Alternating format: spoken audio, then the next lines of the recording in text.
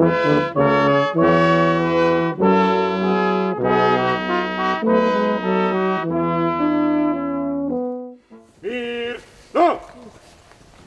Nogi!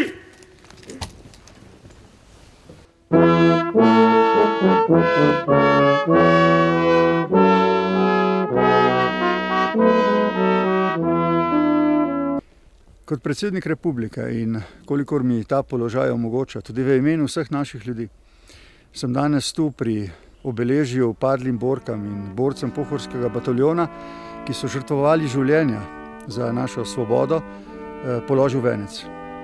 To sem storil z velikim spoštovanjem in hvaležnostjo. Njihovega prispevka za našo svobodo in mir ne bomo nikoli pozabili. Danes smo kot njihovi ponosni dediči dolžni, da po svojih najboljših močeh strpno, spoštljivo, ob upoštevanju vseh razlik, iščemo najbolj mirno in najbolj varno pot za nas in za naše otroke.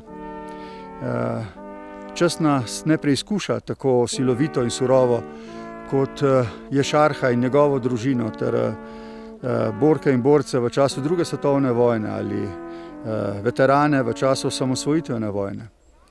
Danes imamo vse možnosti, da lahko v strpnem dialogu, na miren način poiščemo tiste rešitve, ki nam bodo zavarovale Slovenijo in Evropo, tudi v svet, na miren in varen način.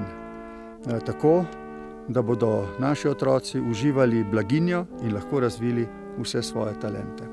To je na nek način naša dolžnost, da se na ta način oddolžimo tistim, ki so za to, da uživamo to svobodo in mir, žrtvovali svoje življenje.